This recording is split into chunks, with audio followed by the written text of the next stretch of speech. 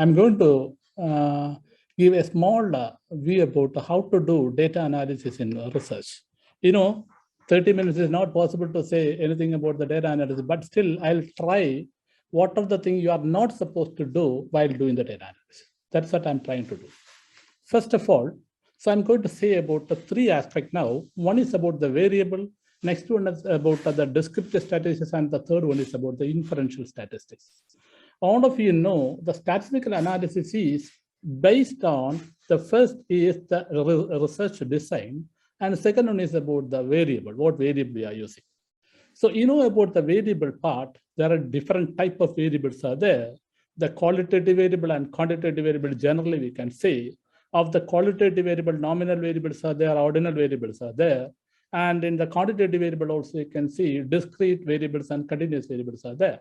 So each variable, different type of variable, the testing procedure, the descriptive statistics are different. So we should know what are the different type of variable in your study is the first thing. And the second thing is about the research design.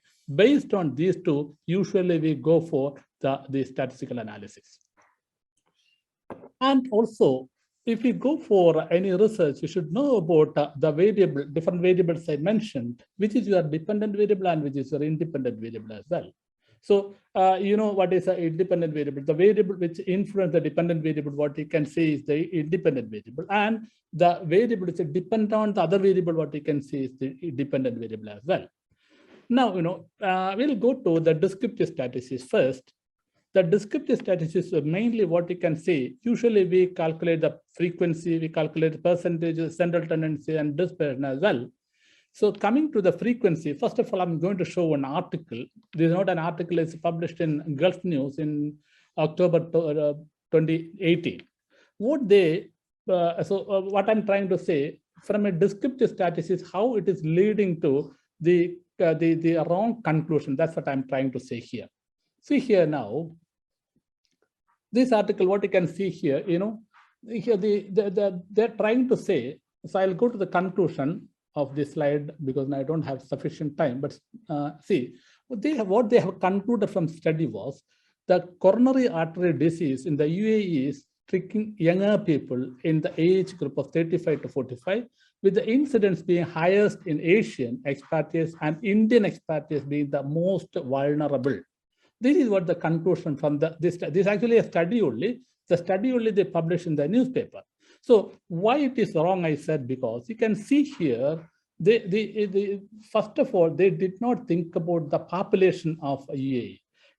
Many people coming here, the migrating people are working age group, they're coming here for work. So what you can see, the base population is actually maybe 35 to 45 or 55 only. So those who are with the disease, we can see only in that age group. That's one of the reasons. Second one, what they said, this is conducted in one of the Indian hospital. You can see the Indian hospital means usually Indian patient will go to that hospital only, right? So if you take the percentage of patients, those who are attending to that hospital, again, what you can see, the Indian patients are more. So the conclusion, what is happening? Because they are not considering the base population, so the conclusion is wrong. So while taking the descriptive statistics, all these are important while taking the data analysis. The descriptive as well as inferential statistics are very much important. The first step I said is about the frequency and the number. We should always be careful about what is the denominator. Most of the studies, they are not considering what is the denominator and making some conclusions wrong. So frequency and percentage, once you take, you should think about the denominator as well. So this conclusion, what they have, the conclusion is actually wrong. Now coming to another situation. So I'll go to different situation and I'll say how the fallacy is coming while taking some type of analysis. You can see here another thing. Data of 1,000 patients with cardiovascular disease showed 80% consume non-vegetarian diet. So conclusion is consumption of non-vegetarian diet is a cause for cardiovascular disease. Is it right? Of course, it's not right because, so among the patient, we are taking only the patient. We should always think about control also what is happening. If you think about the non-vegetarian, the population, maybe more than 80% using non-vegetarian diet. So the conclusion is not possible without control. So this type of conclusion also are wrong. Here also what you can see, they used only the descriptive statistics. Based on the descriptive statistics, it's not possible to take the conclusion. Now, another situation, you can see before going to the situation. So I mentioned about the frequency and the percentage. Now we'll go to different, I said that the third aspect I said was the central tendency. Coming to the central tendency, there are different types of central tendencies there. Arithmetic mean, median, mode, harmonic mean, geometric mean. Why there are different types of central tendency? Again, based on the variable. Based on the variable, you should calculate different type of the central tendency. Some of the data what you can see, some of the publications you can see, they used a Likert type scale. For example, they give strongly disagree, disagree, neutral, agree, strongly agree. They used to give some scores 0 to 4 or 1 to 5, etc. Then they calculate mean. Is it right actually? It's not right. Because we are assigning some values there and we are calculating mean is not right. So what we can do there, the situation, we have another method of the calculation is there. So that we can say is, median is there, we can calculate median in that situation, or if you want to calculate mode, we can calculate. So different type of the central tendencies are there, but we should identify which is most appropriate for a situation. That is important. Now see here, on example, you can see here. So here, so here on I have two group of patients here. The patients has taken drug A. This group of patient took drug B. After 1 month, they measure the glucose level. These two drugs are using for the reduction of blood glucose level. We can see the blood glucose values here. I calculate the mean value. I calculate the mean value. What I observed was that those who consume drug A, the mean observed is 123.7, and those who consume drug B, the mean is 123.7. Is it possible to say which drug is better? So drug A is better or drug B is better?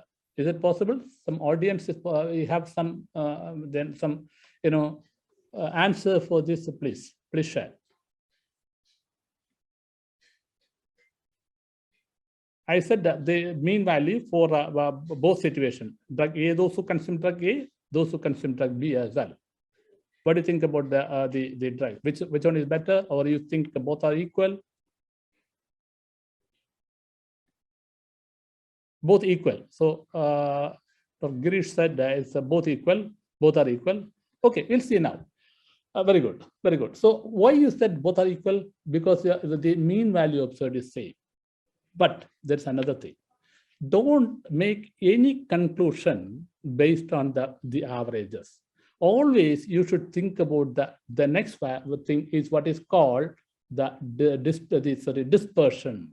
We should think about the dispersion as well. So that's very good. Dr. Nadeem says can't conclude with mean. Very good. It's not possible to make a conclusion using mean. So we can see here, so what you should do, we should go for the dispersion. Before going to go, the same group of patients, after 3 months, what happened? Again, I measured the glucose level. I got a value of 121.5 for drug A and 123.7 for drug B. Is it possible to say drug A is better than drug B? Again, it is not possible. Why? Because you can see here, and if you see the values here, the drug A, what you can see, the highest value what you can see is 148, and the lowest value what you can see is 111, right? And for the second group, what you can see, the highest value is 130, and the lowest value is maybe, I think it's 170, right? See here, the difference you see, the difference is very high in those who consume drug A, whereas the difference is less those who consume drug B, which means what? The reliability is important. If we are giving a particular drug to 10 patients, whether all patients equally, the reduction is happening or not, that is important. That is what is called the reliability of the drug. So here, while taking the mean value, we are not considering the reliability, we are taking only the mean value. So what we do, we should go for dispersion. If we go for dispersion, what you get, you'll get some idea about the dispersion, the deviation as well. So different type of dispersions are there. Usually, most of the time, what we use is standard deviation. So you see here, the same situation you can see, those who consume drug A, the mean value is 121.5, and the 123.3 for group B, I calculate the mean standard deviation as well. I got a value of 13.25 here and 5.1 here. Now my question again, what do you think about which one is better now? Drug A is better or drug B is better?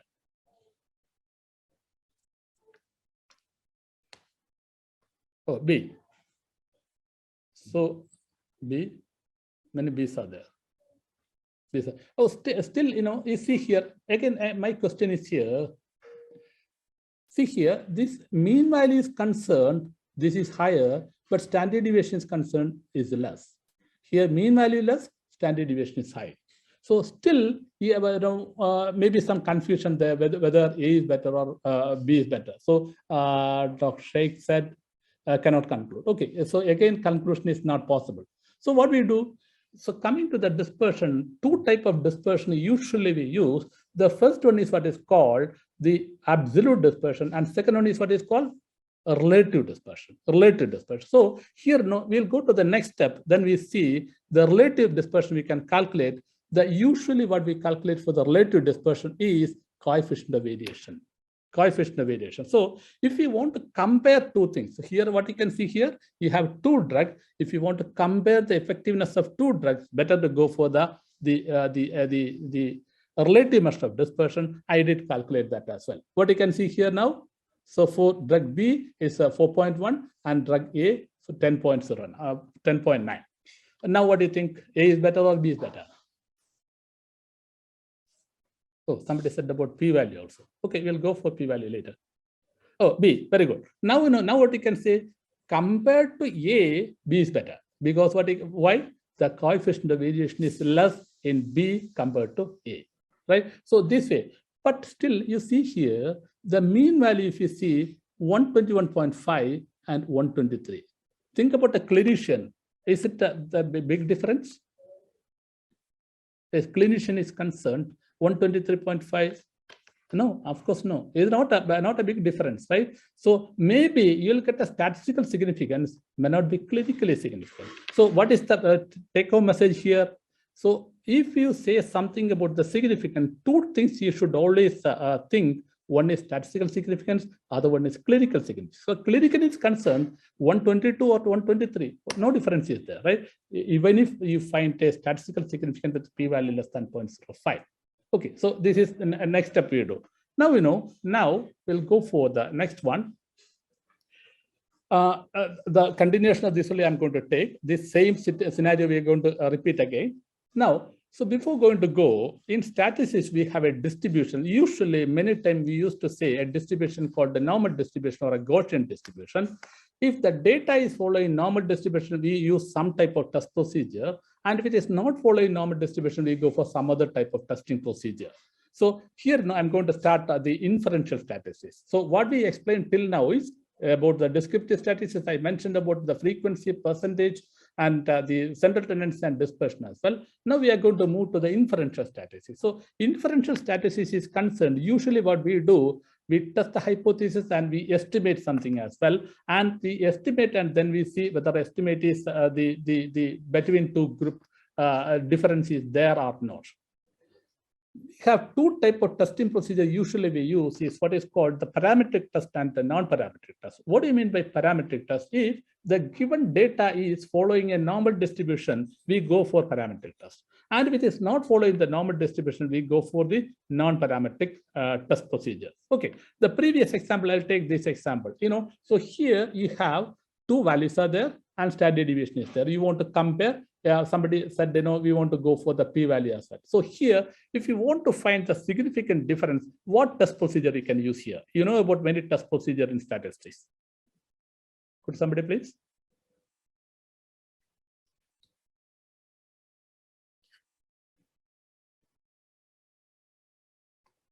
What test procedure we can use here? We can see here, two means are there. Assume that is following a normal distribution. Assume that it's following a normal distribution. So then, if it is following a normal distribution, usually we use a t-test or we go for the z-test because of two mean values. So what is the difference between z-test and t-test? One, the z-test is always assuming the large population. and t-test for the small purpose. Sorry, large sample and small sample. T-test for the small sample. So we can use here, it's a small sample. We can go for the t-test to find whether a statistically significant difference is there or not. Okay, now see here the same thing you can see here. So which test we can use? We can use here, the t-test for the two means. T-test for two means. Coming to t-test, there are two different type of t-tests are there. One is what is called independent t-test. The other one is what is called dependent t-test. Okay, so what is the difference between dependent and independent t-test? If we have a repeated measurement, one measurement you take before treatment, one you take after treatment. If you are comparing two things, each patient you have pair of values. If the pair of values are there, then you use paired t-test. Otherwise, the paired t-test is called dependent t-test. And here you can see two independent groups. So two independent groups are there. Then you go for independent t-test. Otherwise, the t-test is what is called unpaired t-test. Now, another situation. This situation, this one of the article published on journal. You can see here the aim of the study is was to design with an aim of finding the relationship between smoking and hearing loss. Smoking and hearing loss. This is the aim of the study. What they did, you can see here. So this data is concerned. What type of data it is? Is parametric or non-parametric? So now, just to distinguish between the two, the parametric, it should be always numeric and it should be continuous. If it is not continuous, usually it will not follow a normal distribution. So here what you can see, the count only you can see in the table. The table you can see the count. So count is not a normally distributed thing. So we can say non-normal distributed data. So we should go for a non-normal distribution. Non-normal distribution means we should go for a non-parametric test. Non-parametric test. So what non-parametric test we can use here? The aim is to see whether there's an association between, I'll go back, any association between smoking and hearing loss. They can use the chi-square test. Very good, they use chi-square test. Then they got a p-value less than 0.05 as well. Then what is wrong here? That's important. See here, how many cells with a 0? How many with a, maybe 1?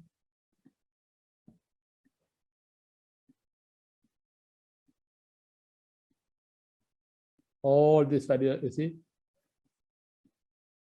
Many cell value with the observed value, even the observed value less than 1 or 0. Any chi-square test, if you do, there's a condition. What is the condition? The expected cell value should be more than or equal to 5.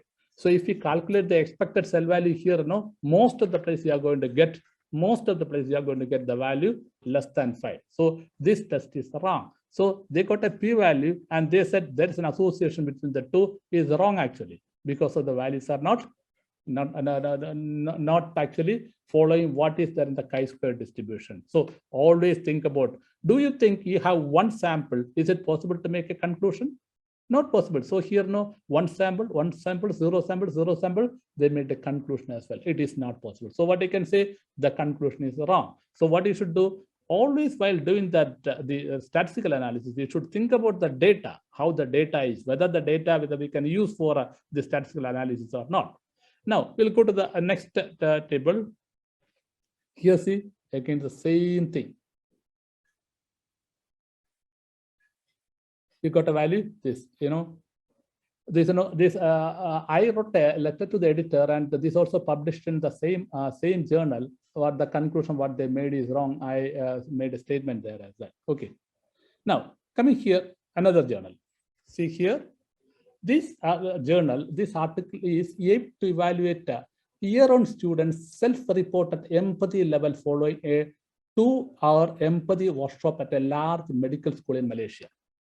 So they are trying to see whether the workshop is effective or not. What they used actually, they used a Likert type scale here. What they said, 1 strongly disagree, 7 strongly agree. Then what they did actually, they calculated. What they did, they said they paired t-test. They used paired t-test. What do you think about that? The strongly disagree, strongly agree will follow a normal distribution. So here you can see strongly agree and strongly disagree and disagree. 2 points are there. Do you think the difference between strongly disagree and disagree is equal to disagree and neutral? The difference between strongly disagree and disagree and neutral, the distance is same? No, the distance is not same. Very good. Distance is not same. So what is not possible? This is not following a normal distribution. So this type of situation, if you use a parametric test, is actually wrong. We cannot use that type of analysis in the data with this type of things. Now, we'll go to another situation. Okay. Now, why article, you can see p-value, you can see, and you can see the confidence interval as well. So what is the importance of this confidence interval and both p-value and confidence interval? All this situation, you can see the odds ratio is 1.8. You know how to interpret the odds ratio.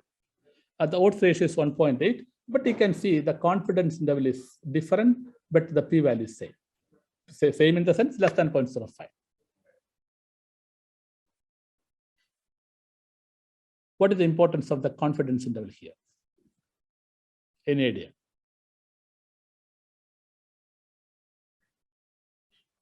So if in a particular study, the confidence interval is very wide, that study is not good actually. Maybe some other confounders are there, maybe sample size may be less. So what is important? So we should see how much wide the confidence interval is rather than the p-value, right? Sumanta, what is 0.5 to 1. So 1.5 you mean, right? Not 0.5, I think. Sumanta? I did not understand. Okay. 1.5 to 2.1 is the narrow confidence interval. So what they say, this study is better than the other one. So the confidence interval is important. Now we'll go to the sample size. While doing the sample size, always we are supposed to calculate the sample size, right? Sample size is very much important in any type of research.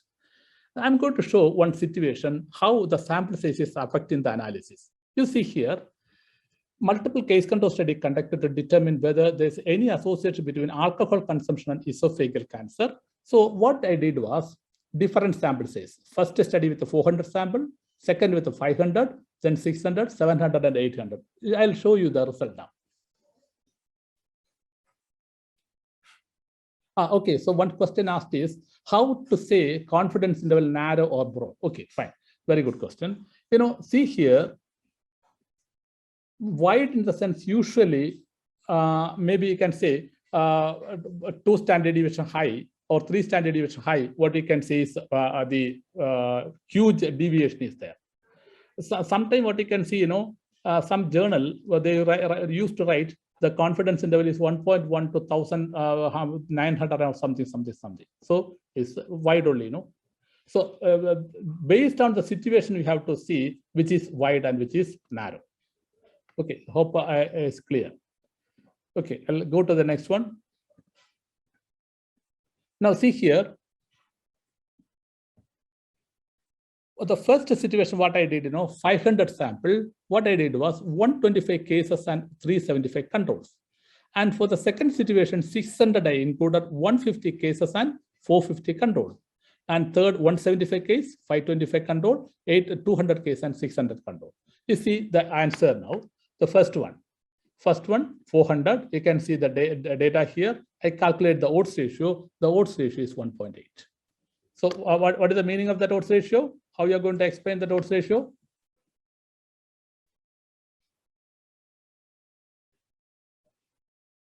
How to explain the odds ratio?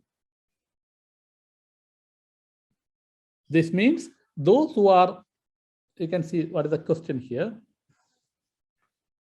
Okay, to conduct whether alcohol consumption is a cause for esophageal cancer. So 1.48 means what?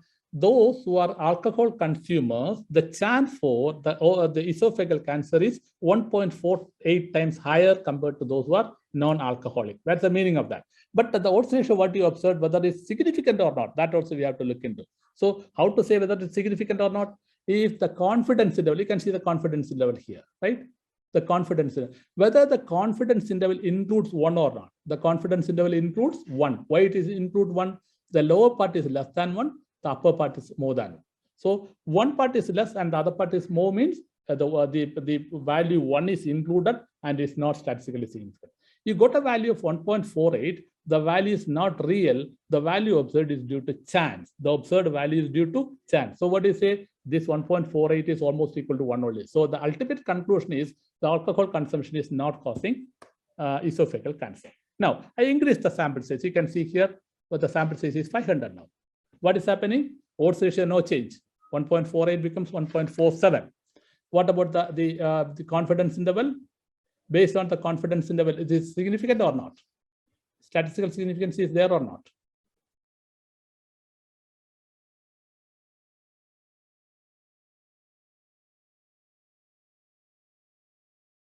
No, Dr. Samantha, see, when you say it's the significance is there, in between the value 1 is there or not? The value 1 is there, right? Left side is less than 1, right side is more than 1. So value 1 is in between. So this is not significant, right? The value is not significant. Okay, very good.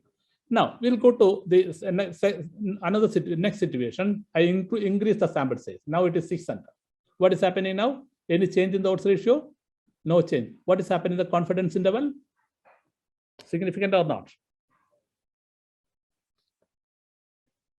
No, very good. It's not significant. I'll increase the sample size again. Now it is 700. What is happening now? Any change in the odds ratio? What is happening at that significant level? Significant or not?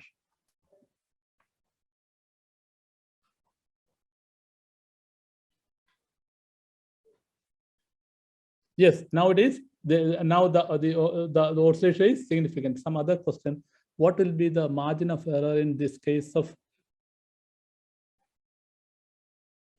I didn't understand. Sorry.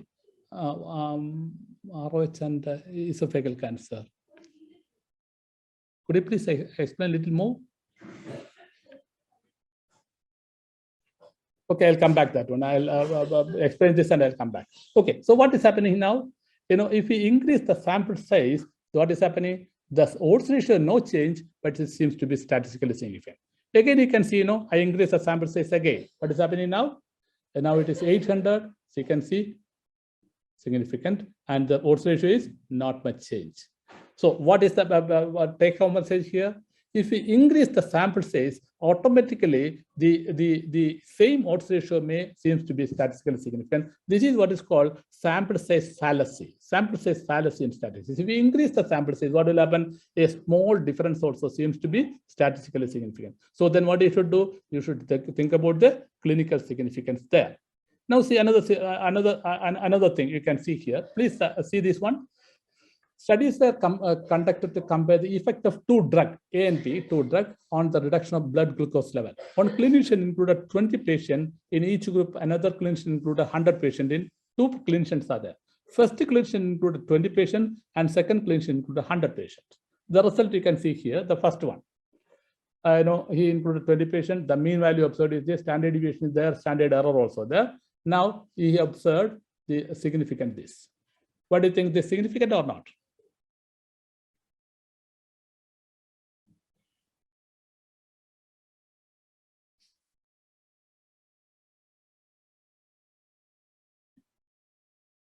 Significant or not? Dr. Satish said something. Satish shared. The margin of error, margin of error always we do, before analysis. While calculating the sample size only, we are considering the margin of error. We have to decide how much difference we can accept. That's the margin error actually. That we actually consider while calculating the sample size. Okay, so I have only 4-5 minutes only, so I'll try to finish now, and then maybe more discussion we can do in the discussion part as well. So whether it is significant or not.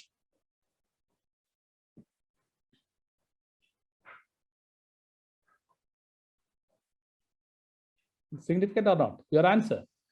This is not significant, right? The value is more than 0.05, so it is not significant. Okay, now, not significant. Now we'll see the second clinician, what he did.